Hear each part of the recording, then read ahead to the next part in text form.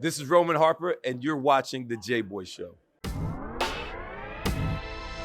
Welcome to The Jboy Show, hosted by Jake Crain, the fastest growing sports show in the nation. I'm Coach Hugh Freeze. This is Super Bowl champion Brandon Graham. Hey, this is DJ Shockley, and you're watching. And thanks for watching The Jboy Show. Hey everybody, welcome to another segment of the Jboy Show. I have one of my favorite defensive players, former SEC standout at Alabama, obviously in the NFL with the Saints. If you don't know Roman Harper, read a book, please. And so, introducing from ESPN SEC Network, Mr. Roman Harper. Roman, what's up, man? I'm doing good, man. How are you doing? I appreciate that. Read a book. Yeah. Read a book. That's exactly right. Well, you know, me and Roman go back a little ways, you know what I'm saying, with his brother Ryan and Ronnie. But, you know, going into media day, we're going into the season. You can kind of feel them juices flowing a little bit. You do. Yeah, how excited are you to get back and watch these guys in hopefully full capacity stadiums getting after each other the way we're used to seeing? You know, I'm excited just for the opportunity to actually go to a football stadium. Yeah. Last year was the first time I hadn't been to like a football game in my whole life. I don't think, my dad was a coach, so I grew up going to the stadium. That's what everybody does. It's so interesting being here this SEC Media Days, being back in my home state. I'm from Alabama. I feel the love and just I'm so energized being back into my home state. I don't get to come home enough and actually doing it for the right reasons. And it's really cool seeing all of the media, the coaches getting back up there. It takes me back to when I was up there my senior year. I got to come do media days with myself and Brody. And it's also an opportunity for these young men to really show their personality. You're only covered by your beat writers, and those are the only people that get to come in those locker rooms and assess these young men. And now actually for the rest of the SEC and the rest of everybody else covering these guys, to actually say like, man, this guy's cool. Man, that's a well-dressed young man. Yeah. This guy speaks really well. He handles himself a certain way. And now we, really get to see these personalities and who represents each university in the right way. Yeah. No, man, you knocked that out of the park. That's exactly right. And, we always talk about it, and getting to the football part of it, we always talk about the evolution of offense or how offensive coordinators have to keep changing, not identity, but schematically adding some things here or there. But we don't talk about it a lot defensively. And you look at what Nick Saban said, saying, offensively we got to score, defensively we got to start spreading out a little bit. You see linebackers are getting a little bit smaller. But how important is it for defensive coordinators to be able to add things and evolve? Because they can get the book out on them just like the book can get out on OCs. Well, it has to, and you got to understand, all the rules are made to benefit the offense. I've never seen a rule made to benefit the defense. I'm just telling everybody, I haven't seen one yet. So you have to continue to adjust your game. And now they make it where they don't want you hitting the quarterback either. So they used to run all this run and shoot, all this spread offense. What you do is you're like, oh, yeah, I'm not going to cover the guys they don't throw it to. Just go hit the quarterback. Yeah. And that affects everything. If you want to make the passing game go downhill, hit the quarterback. And so now you have to find ways to create pressure, and you have to continue to find ways, because you can't always hit the quarterback. So how do you confuse the quarterback? And that's with rush and coverage. So affecting the quarterback, getting him off his spot, not allowing him to step up in a clean pocket. And when you can't get there, get your hands up. It's a very frustrating thing to be able to bat a ball down. Just bat the ball down, knocking it right back into the quarterback's face. That's a frustrating feeling for a quarterback. Next, the throws are a little bit more erratic. He thinks about those things, and that is how you get successful defenses. And with the offensive line being able to come off the ball and fire off and still be able to throw it, that's really hard to defend. And also, just what do you do defensively to really try and get that edge? Because the only advantage you have in defense, what I was raised on, is fear. Yeah. If they're not scared to go across the middle, if they're not scared to try and hurry up and get out of bounds, or you're going to whack them and take them out of bounds and hit them low and all these other things, then what's the real advantage you have defensively? Yeah, exactly right. No, that's what I say. You have to have the beware a dog sign. Yeah, you don't have the beware a dog sign, people are going to go in and rob all your stuff. That's true. That's exactly right. I'm going to have to write that down. I come up with something every now and then, Rome. I appreciate that. I got a few of them. But looking at the West, we know Alabama, and I want to ask you about that in 1 second. I know you got to run in a second, but A&M and LSU, when I look at A&M and what Jimbo's done up front recruiting, because everybody talks about A&M's offense, but if we look, A&M's never had a problem scoring. It's stopping people. Yes. Now they got a front seven. Mike Elko had the #1 defense in the SEC last year.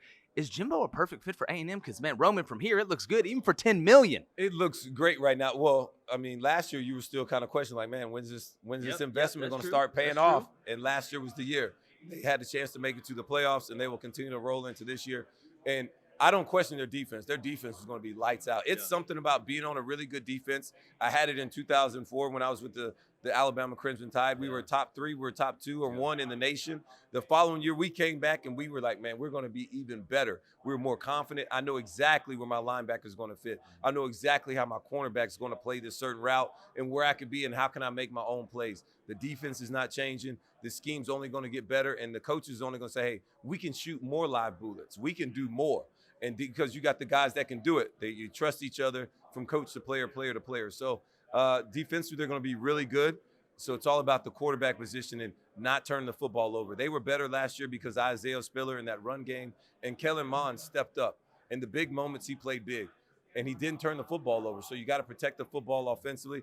Or if you're not right, because this Florida State and Jimbo Fisher can creep up again too, where the offensive line struggled, the quarterback got hit too much, and then that whole offensive game plan really unraveled. No matter how good your defense is, you got to score points in today's college football if you want to win consistently. Without a doubt, and the game keeps evolving that way. And like we say, if we're not evolving, we're dissolving. But you look at Auburn, Arkansas, Ole Miss, and Mississippi State there in the West. Out of those 4 teams, who do you think is going to finish the highest in the West? Just looking at it right now, and again, we know preseason projections are just that. It all changes when you get hit in the teeth. I'm good. Ole Miss will win 8 or 9 games this year. They'll have a January 6th bowl, and I think they will continue to take that next step. Their schedule sets up good for them as well. It's all about the scheduling in the SEC. I was just talking to an Arkansas radio guy. I love what Arkansas is building with Sam Pittman and that defense. KJ Jefferson, they got some really good players on offense as well. But it's like, man, the SEC West is just a gauntlet. It's brutal, and it's so hard to get through it clean, and your schedule has to hit right. Your home games need to be just right. Your away games need to be just right versus the right person. And who are you playing on the other side? What teams do you have on the East matter in this conference? The crossover ones are huge. My last question here with Roman Harper, one of my favorite guys to talk ball with always, SEC Network, ESPN, check him out. Speaking of schedule, Florida. Unless I'm mistaken, unless I'm losing my mind, Cone, that's our producer back there, at Missouri, at Kentucky, at South Carolina, at LSU, Georgia, and Jacksonville. Man, that's tough after you lose all that. And is there more pressure on a DC than there is on Todd Grantham and the whole country? Week 3 is Judgment Day. They got Bam at home, and them Gators want that defense back, Roman. The Gators need their defense fixed, and communication was a problem. They gave up so many big plays defensively last year, and that was what it was. In the secondary, they're blowing coverages, and they were not ready to play. The offense would snap the ball, and Florida's defense doesn't even have their hand on the ground. So little things that they can fix, they will get fixed. I expect them to. And they lose so much on the offensive production side. Kadarius Toney. You just lost Kyle Pitts, who's the highest rated. Generational to me, Right. They said generational talent. They just don't throw that term out there loosely. Right. So when you lose those type of guys, Kyle Trask, the second-round quarterback, so now you're getting back Emory Jones, who played some snaps, some nice minutes. But I've never seen Emory Jones drop back and throw the ball 5 times. Me either. So how's that going to, be? And I know Dan Mullen's a great offensive play caller, and he's going to continue to adjust and run the offense that he wants to. But is there a quarterback controversy brewing? How much leeway are you going to give him? How long is his leash where, all right, well, Emory Jones isn't doing as well this game.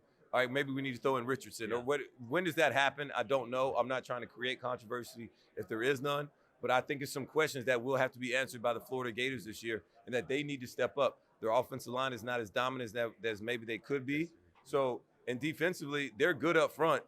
But if you don't affect the quarterback, if you're not hitting the quarterback, I don't care how talented you are, you're not going to win those games, because that is how you have to get your defense off the field, is with sacks and creating pressure. Yeah.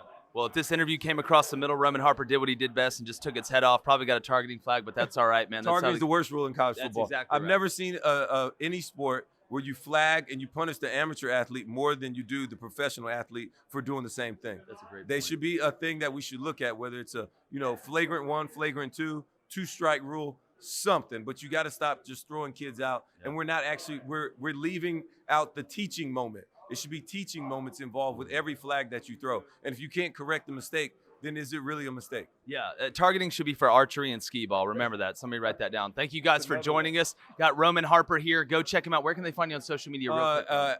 At Harp41 on Twitter, Harp_41 on Instagram. It's always great talking to you, Thanks, my friend. man. It's so good to see you. Thank you. Congrats on all your success. Thanks, man. Thank you guys for joining us. Go to jboyshow.com. Subscribe, Apple Podcasts, Spotify, YouTube as well. We're winning the water cooler. Either jump in the water cooler or get doused. Y'all know where it is. Jboy Show. We're out of here. All right, hello everybody. Welcome back to Radio Row. It is the last day, Thursday. Very excited to have former standout Georgia quarterback, a guy that does many things. You can catch him on Let Him Drop wherever he's at. Plug wherever he's at, Mr. Aaron Murray. Aaron, what's up, man? Man, it's been a fun week. A lot of great stuff. And then obviously the bombshell yesterday with this Oklahoma-Texas thing. I'm like, we got NIL, we got playoff expansion, and then, Oklahoma and Texas want to join the SEC. It's like they're going to look back on like this 8-month period and be like, this is the biggest turning point ever in college football, in my opinion, when you add all these things. And what do you think about that just off the cuff? And I want to start from the SEC perspective. What do you think from the SEC perspective? Well, listen, we already are the premier conference when it comes to college football. Very true.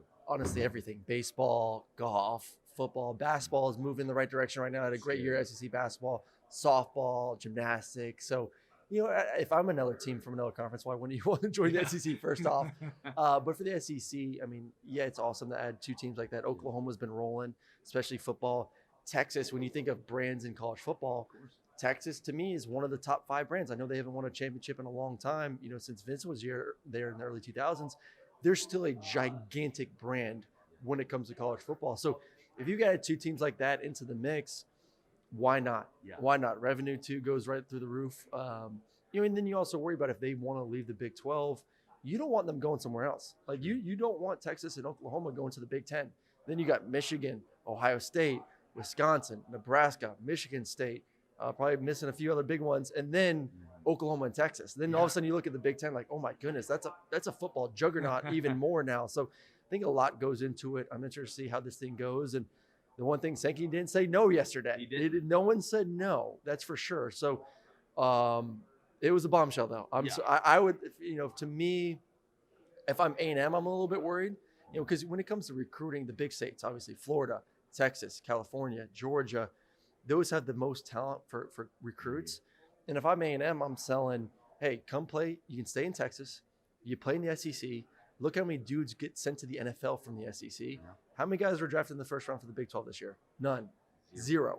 So that's a huge recruiting pitch for Jimbo and those guys. Plus, their facilities are through the roof. You add Texas into the SEC, that hurts that recruiting pitch a little bit. It helps Texas, though, for them and be able to get recruits that want to stay in the state of Texas. So there's going to be some winners. There's going to be some losers. But I do think overall SEC would be a winner.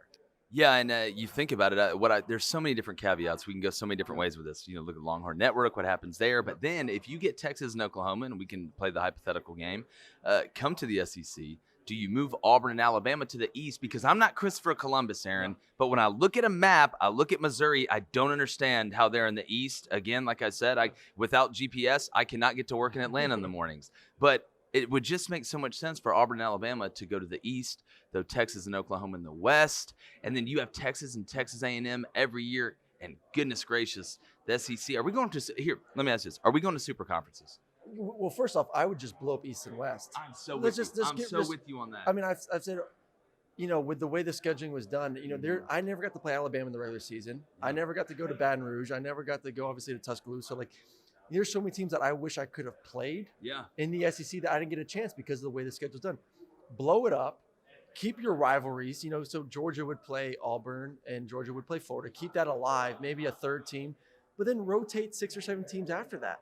Allow fans to experience new teams. Allow players to experience new teams. So I think just completely blow it up. East and West, get rid of it. Do a pod system. Keep your rivalries, and then that way you get to play, every 4 or 5 years, you get to play almost everyone in the SEC. So to me, if you do that, plus with the expansion of the playoff talk and all that, you really don't need an East and West. I'd be more for that route eventually, which I'm hoping, and I think that discussion's already been started a little bit as well. Man, I'm 100% with you on that. And at the end of the day, Aaron, I cannot let you out of here without asking you about Georgia. They're my pick to win the SEC championship and the national championship. And I've been doing media long enough to be the guy that's like, hey, they're going to win it this year. Then they're going to win it this year. It's my first year, but I look at the roster. And, I mean, you know what Kirby has. And I really think the evolution of what he wants to do with Todd and JT, I think he's going to let him eat. Yep. I think we may see Georgia pass to run. Am I crazy saying that? No, I don't think so. I think there is a comfort level with JT, obviously, at the quarterback position. You got some receivers. You got a tight end. You still got 4 great backs, though. I mean, they're going to want to get those guys fed. To me, East-wise, yes, there's a 100% chance that Georgia's going to be, knock on wood, stay healthy. They should be in Atlanta. You got to get over the hump, though. No pun intended. You I'll gotta respect get saying over. that. You gotta get over Alabama. So it's hard for me to say Georgia's going to win the SEC championship game. When you look at recent history, what's happened? They get so close to beating Alabama, and it just doesn't happen. So Second half adjustments. are they just as talented, if not more talented than Alabama? Yes. This game is not always about the physical; it's about the mental. Until they can get over that hurdle with Alabama, I can't say that I have them winning the SEC right now.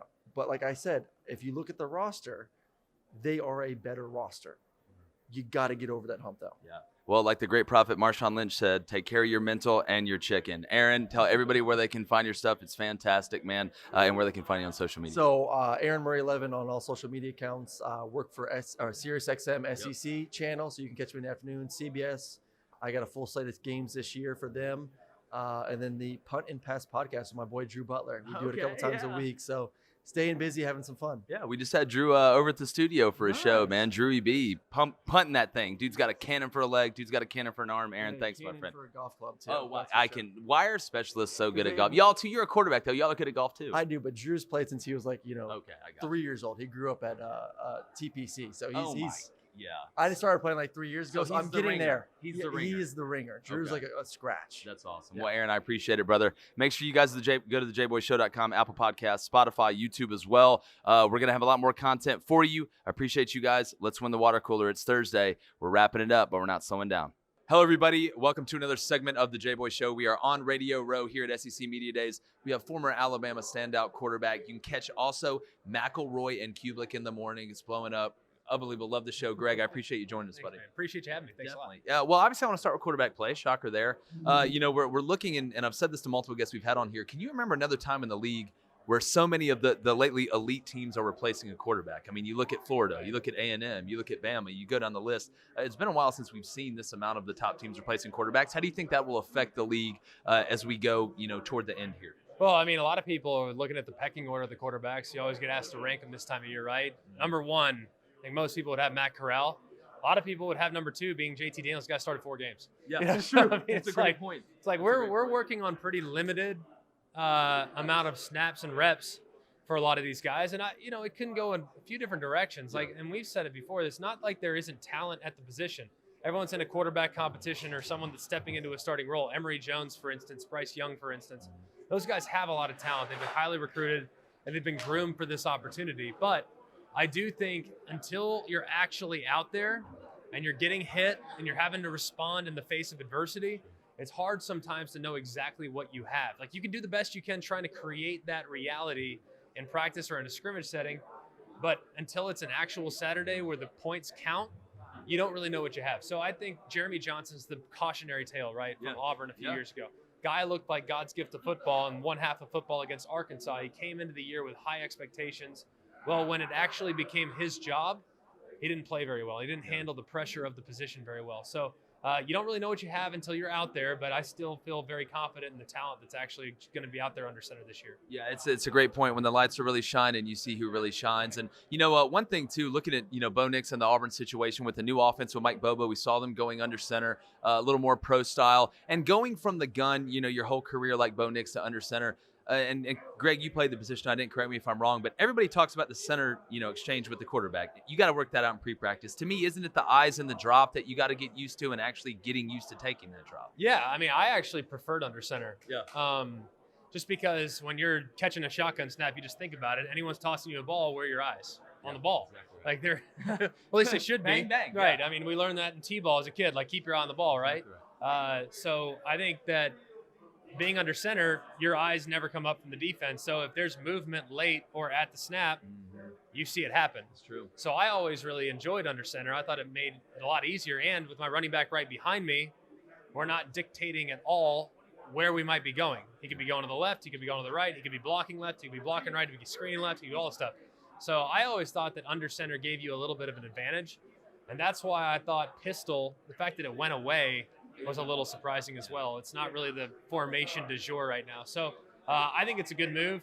I think it makes things tougher on the defense. You don't see it that often. And in a short yardage situation, boom, quick snap, Tom Brady special, quarterback sneak. So I like under center. I'm glad they're using it. I think it'll be good and maybe slow things down for Bo. Yeah, it's a great point. Just a couple more questions here with Greg McElroy. You got to watch McElroy and Kublik in the morning.